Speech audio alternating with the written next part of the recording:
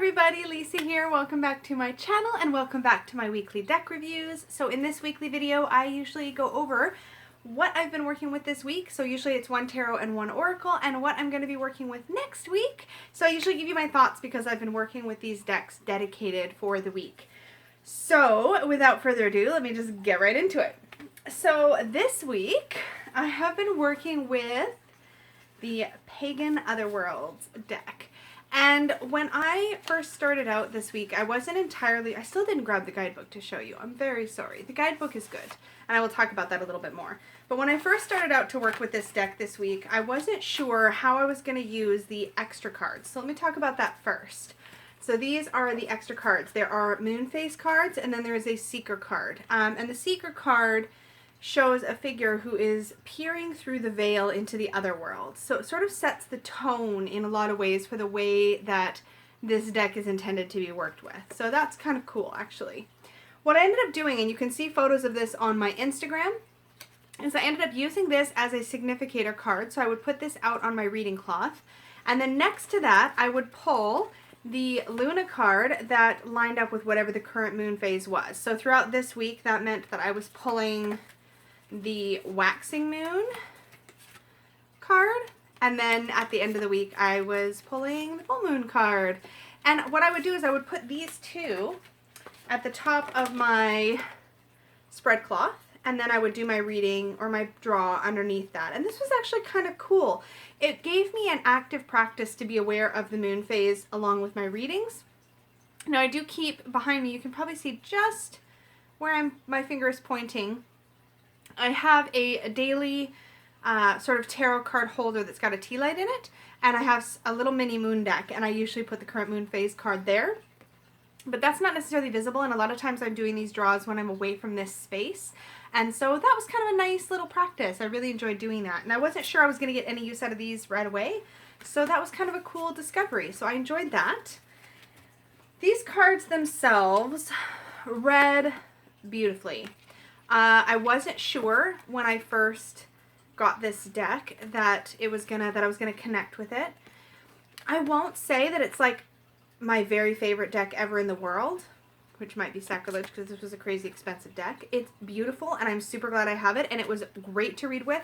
This would be a deck I would definitely reach for as a neutral deck to read for clients. This is a deck I would happily bring with me to, say, a shop if I was doing readings, or to a fair or a party. Definitely this is one that I think you could easily connect with from either a masculine or feminine perspective. It doesn't feel out of balance in any way. And it's got a very classic old world feel to it that I think really adds a little bit of magic to the reading. And it's not my usual aesthetic, and yet I found it very powerful to work with. I didn't have any problem getting really good messages or intuitive hits from this deck. And you can watch that in action if you check out my live readings I did with this deck on Monday night. So I will link that in the cards. And I always remember which side that shows up in, but I think it's this side. But I will link it in the cards so that you can watch how I read with this deck. And I only pulled, I think, 2 cards a person for readings, and I got plenty to work with. So yeah, this is a very nice classic deck. I did find myself working more with sort of numerology with my meanings, in addition to my understanding of what a card means, as well as its imagery.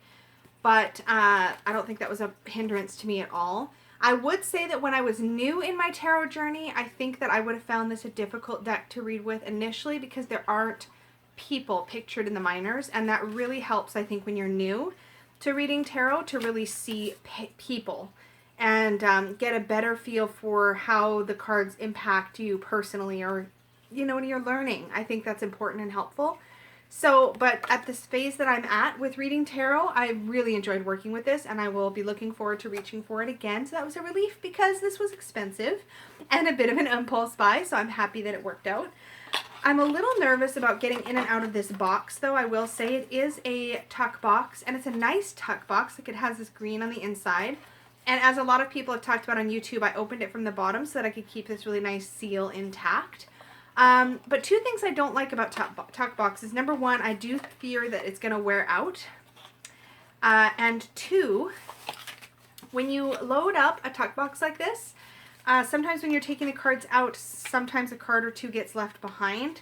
And I tried to be really careful to notice that, but there was a couple days I pulled for this that I didn't actually have the full deck when I was doing my reading because I didn't realize a card or two had gotten stuck inside the box. Do not like that. Would have preferred this to not have a tuck box, and this box is so beautiful that I don't want to just take the cards out and keep them only in my bag. But that said, the bag that I have for this deck is really pretty and matches the deck sort of aesthetically really, really, I help if I didn't hold it upside down, really well. So really enjoyed that, had fun with it. It was really nice for the sort of introspective time of year. It wasn't a vibrant deck, it was an earthy, solid deck, if that makes any sense. So I enjoyed, it was good. The Oracle deck that I worked with alongside that deck was the Gaia Oracle by Toni, Carmine, Salerno. And these are the backs. This artwork is so pretty, and I really enjoyed working with this.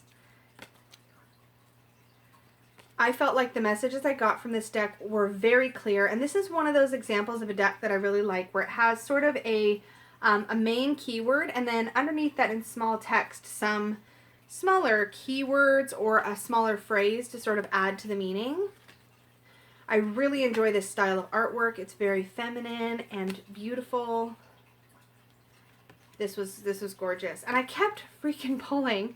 Was that one backwards? No, that one's backwards.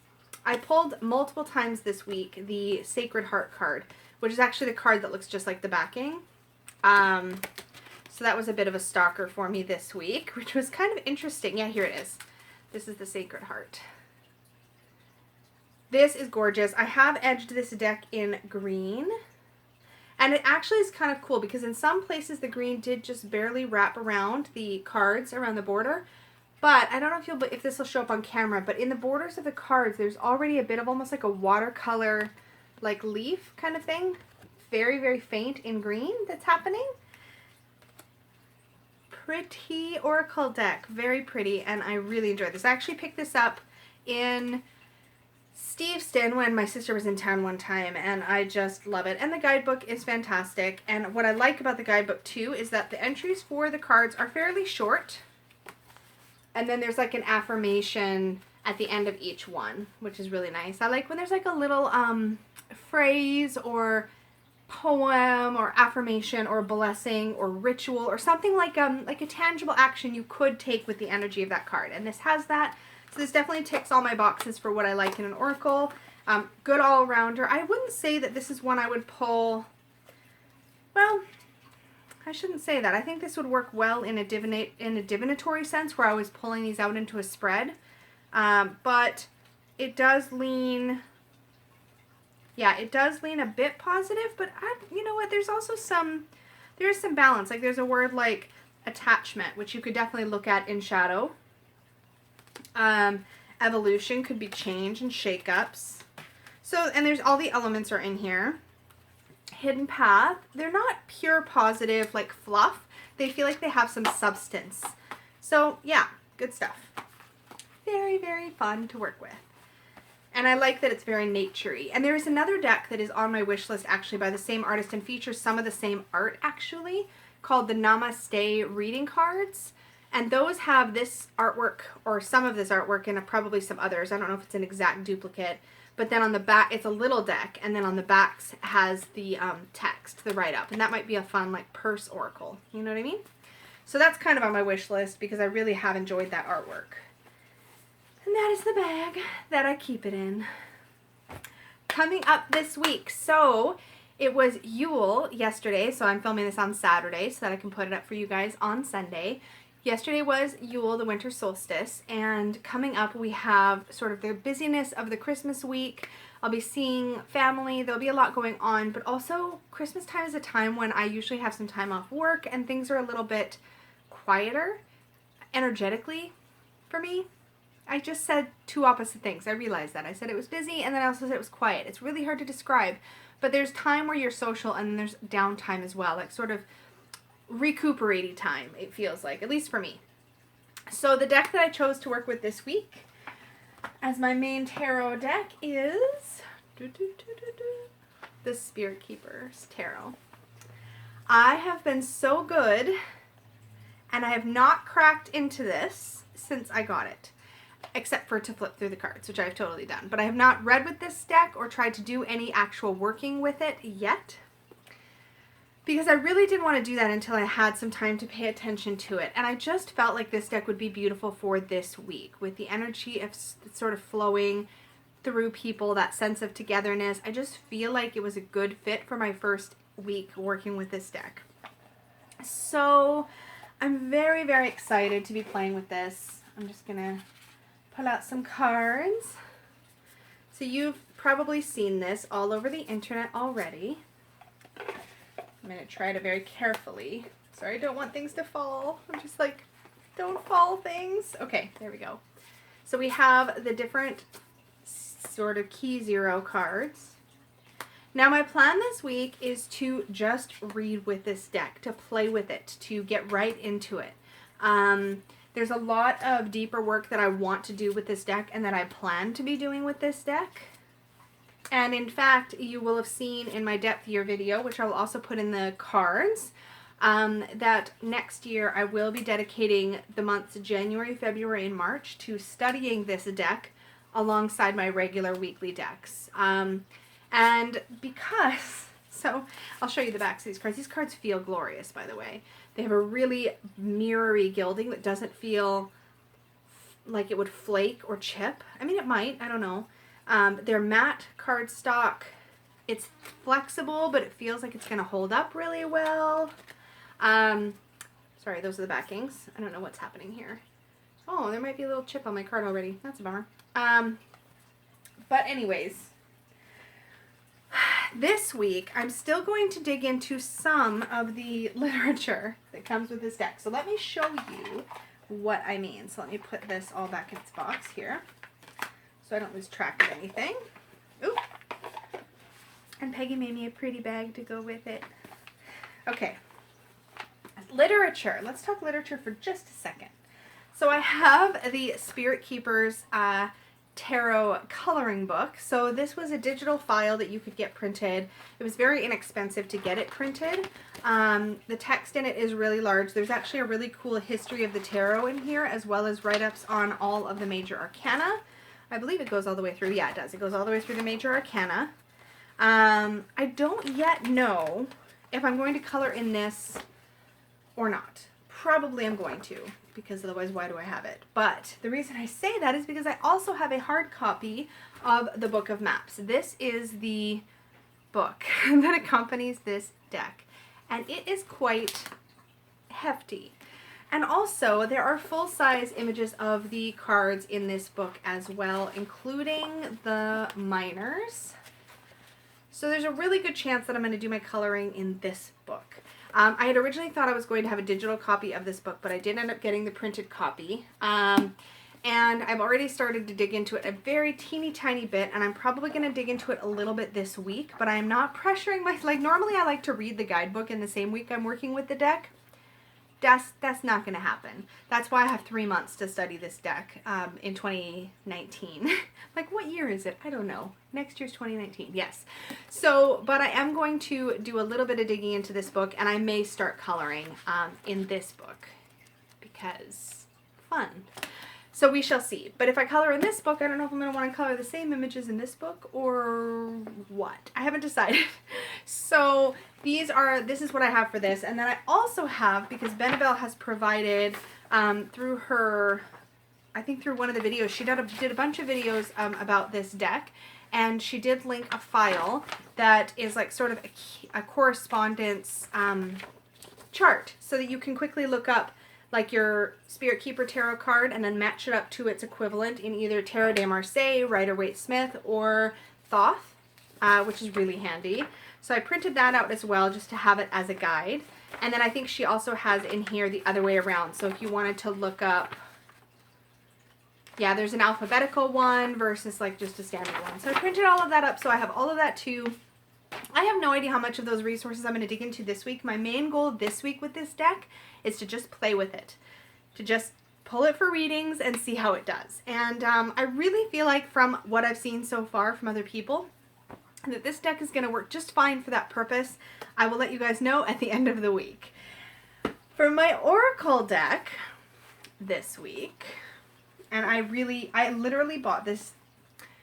Let me back up. I put this deck on my wish list specifically because I wanted to work with it alongside the Spirit Keepers Tarot. This is the Angels and Ancestors Oracle by Kyle Gray. It just felt like the right fit next to Spirit Keepers. And I'm really stoked to work with this week. So this is the backs. Now I gilded this deck. It didn't come gilded. I used a gold paint marker, and it did wrap a little bit around the backs of the cards. I don't know if you can kind of see a bit of that gold border there. This is such a beautiful deck. And I've done so many like flip throughs for myself, not on my channel, of this deck already. But I love every card in this whole deck. There are ancestor type characters in here, archetypes. There are angel archetypes, but the angels are guardians. Like for example, here's a magic guardian.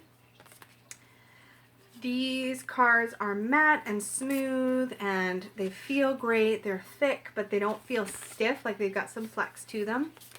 I'm really excited about this deck. And there is a guidebook that's the same size as the deck. Yay! I just threw it. Hold, please. Okay. Totally threw it across the room. It's the same size as the deck. I love it when creators do this because I like to keep my decks in bags, as you all know, so that they can hang behind me. And I love when the guidebook can fit inside of its deck-sized box and everything hangs together. It makes me really happy. But there is, in this little guidebook, a spread called the Past Life Lessons Spread that I am really excited to play with. So I will try to get to that this week, and if I do, I will film a video of me doing this spread. I think. Maybe. No promises, but it's on my radar, something I'd like to do. I believe Nina from Shuffle Tarot has done a video with that spread, and possibly somebody else. If I can, I will link those videos in the cards or in the description box down below so you can see those. But yeah, so that's what I'm working with this week. And I'm really, really excited to be playing with both of these. These are both new to my collection. And I'm almost actually through all of the new decks that I've acquired. And once I have worked with every deck I own for at least a week, which I'm almost there, almost, but new stuff keeps showing up. I'm almost there. But once I have done that, then I will be going back to more of a random sort of pull system, I think, going into next year. So that'll be kind of fun to see which different combinations I get and so forth. The only other thing I wanted to mention for this is I usually talk about what spread cloth or reading cloth I was working with. I used this one. This is a Gustav Klimt fabric. I believe Peggy can still get more of this, maybe, if there's still some at the fabric store, but she's otherwise out of all of these. I know that we found more of the gold color, the solid gold Klimt fabric, but anyways, it is a Gustav Klimt pattern on the front and a black velvet on the back. And I worked with this all week. This is the one you'll see on my Instagram. Next week, I'm not picking a spread cloth to work with because I'm going to be home a lot, and I don't know if I'm just going to toss cards on a table, if I'm going to use one of my spread cloths that are already out in places around home, or what. So I decided not to pick a specific one for next week. But also Peggy's going to be making more soon, and then there might be more to steal. So I didn't want to limit myself because that's no fun. Anyways, so I will be working with these two beauties next week, and then I will report back in on Sunday with how my experience was. These are both new, so I'm really excited to dig into both of them. If you, as always, have any questions about the decks I work with or have worked with or what my experiences were, or if you have experiences to share, please comment down below. I'm always interested to hear your guys' thoughts. If you own the same decks, or if they're on your wish list, or if they're now on your wish list, or if you've taken them off your wish list, or like what has changed for you because of this video. I'm always really curious to know. And remember to please like and subscribe because that is really helpful for my channel, and also that way you don't miss my future videos. So that is all for now. I will talk to you again very soon. I hope you have a great rest of your day and a very happy holiday.